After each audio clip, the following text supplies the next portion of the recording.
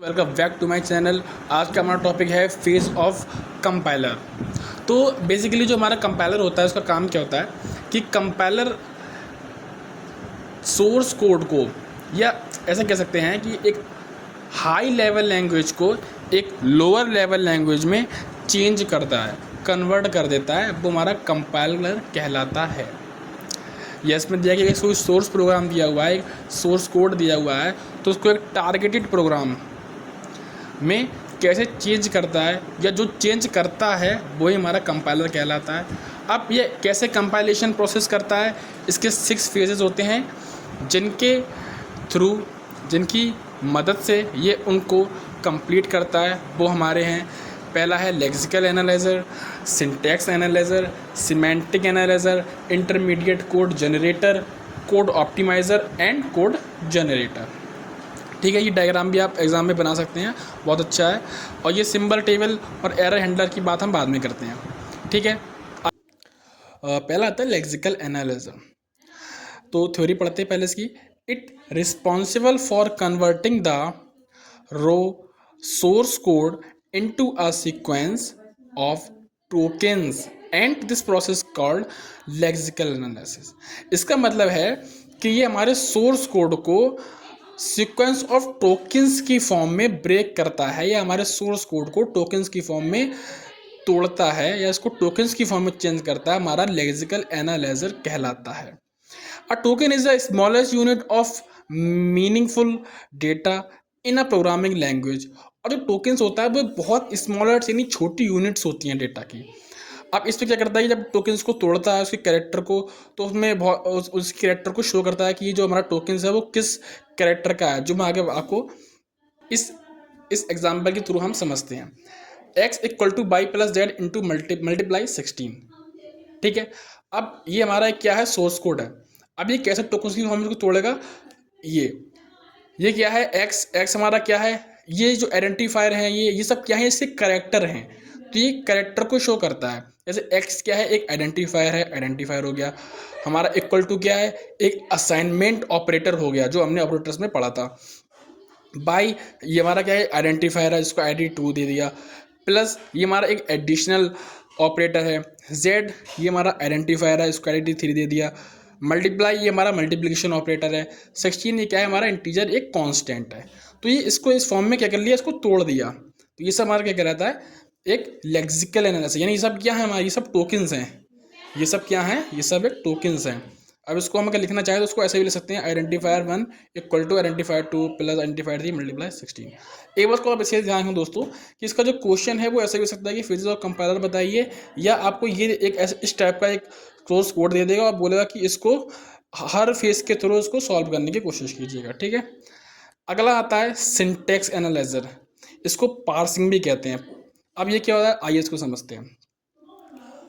तो syntax analyser is a phase in compiler that whether a sequence of tokens follow the grammatical rule of a programming language। मतलब कि ये grammatical rule को follow करता है और ये इसको एक पार्स ट्री में कन्वर्ट कर देता है। किस में कर देता है, पार्स ट्री में कन्वर्टेड कर देता है। अब हम इस सोर्स कोड को एक पार्स ट्री के द्वारा अगर चेंज करें तो हम कैसे करेंगे इसको, ई को हमने E plus T tends to T पहले ऐड कर लिया, टी को हम T multiply F into F, F को आई डी इंटीग्रल मान लिया, और जो आई डी और ई है उसको हमने एस मान लिया। अब एस को I D equal to E, I D हमारा क्या हो गया, आइडेंटिफायर 1 हो गया, इक्वल टू आइडेंटिफायर, यहाँ पर देखें तो आइडेंटिफायर इक्वल टू अगला क्या है, बाई। तो ई को अगेन ई प्लस टी में, यहाँ से E tens to E plus T में तोड़ लिया, ई से हमारा आइडेंटिफायर 2 आ गया, प्लस अभी हमारा टी है, टी को अगेन किस में, टी मल्टीप्लाई एफ में तोड़ लिया, तो टी से हमारा क्या बन गया, F I D identifier 3 multiply 16। तो ये हमारा पूरा क्या है, पार्स टी के अकॉर्डिंग चेंज हो गया। ठीक है, पार्सिंग में 2 टाइप की होती है, top down and bottom up parsing, जो हम आगे समझेंगे। अगला आता है फेज सीमेंटिक एनालाइजर। सीमेंटिक में दोस्तों क्या करते हैं, अगर इसी बात करें तो उसमें चेक करता है मीनिंग ऑफ आफ्टर सिंटैक्स। क्या आपका जो सिंटैक्स आया है वो शुड बी करेक्ट और नॉट, क्या उसका डेटा टाइप सही है या नहीं है। जैसे अगर हम 16 की बात करें तो यहाँ पर हमने सबको क्या लिया है, एक फ्लोट लिया है। ठीक है। एक्स वाई जेड जो हमारे सब थे यहाँ पे क्या थे, फ्लोट थे। तो ये 16 जो हमारी वैल्यू होगी ये भी हमारी किस टाइप की होगी, फ्लोट। तो ये क्या कर देगा, इसका एक टाइप कन्वर्जन कर देगा। यानी सिंटैक्स वाले में, ये सिमेंटिक वाले में ये क्या करता है, चेक करता है कि हमारा कोई भी टाइप है वेरिएबल का वो सेम है, कहीं चेंजेस तो नहीं है। अगर ये सेम नहीं है, सेम है तो ठीक है, चेंज है तो अपने आप उसको टाइप कन्वर्जन कर देगा। ठीक है। अगला जो हमारा फेज होता है वो होता है इंटरमीडिएट कोड जनरेटर। ठीक है। ये हमारा it is a form of code that lies between the high level code and the final machine code. ये क्या क्या करता है, बेसिकली एक हाई लेवल और लो लेवल के बीच में लाई करता है, यहाँ पर प्रेजेंट होता है। इसका जो मेनली काम होता है वो ये होता है कि ये कोड को एक मतलब एक मिनिमाइज फॉर्म में लिखता है। ठीक है। अगर हम इजी भाषा में समझेंगे तो क्या करता है, उसको एक मिनिमाइज फॉर्म में लिखता है। जैसे हमारा ये कोड था x equal two by plus Z multiply 16। ठीक है। तो ये T1, तो उसने क्या किया,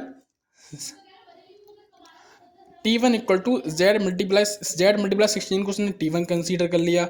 इसको फिर क्या किया इसने, बाई प्लस ये हमारा क्या हो गया, जेड इंटू 61 हमारा T1 हो गया। तो उसको क्या कर दिया इसने, बाई प्लस T2, ये हमारा क्या है T2, बाई प्लस T2 को क्या मान लिया T2, और ये बाई प्लस 2 को क्या, इसको T2 को क्या मान लिया x। तो इसको क्या कर दिया कंसाइज फॉर्म में, यानी एक T1 T2 T3 फॉर्म में कन्वर्ट कर। अब आता है कोड ऑप्टिमाइजेशन। इसका भी मेनली सिमिलर ही होता है काम। इसका सिंपल काम होता है कोड को और ज़्यादा कंसाइज करना और छोटा बनाना, कि अगर ये इसको अगर यहाँ पे इसने T2 लिखा है तो T1 के बाद डायरेक्ट हम यहाँ पे x बाई प्लस T1 भी लिख सकते हैं। ये बाई